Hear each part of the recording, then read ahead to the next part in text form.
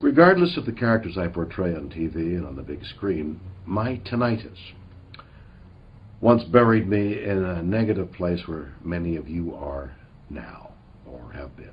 And believe me when I say to you, I've been there. Tinnitus or tinnitus, either way you say it, whether you hear it in your ears or in your head, it means the same thing. Noise that does not go away, and you do not suffer alone. The harsh reality of tinnitus is that it has robbed silence from the lives of nearly 12 million Americans. My tinnitus began while I was filming a Star Trek episode, Arena. I was standing too close to a special effects explosion, and it resulted in tinnitus.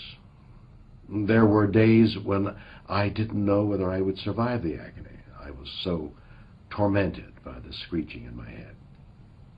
I really thought I wouldn't be able to go on, but then a ray of light burst into my life, the American Tinnitus Association. The help they gave me literally saved my life.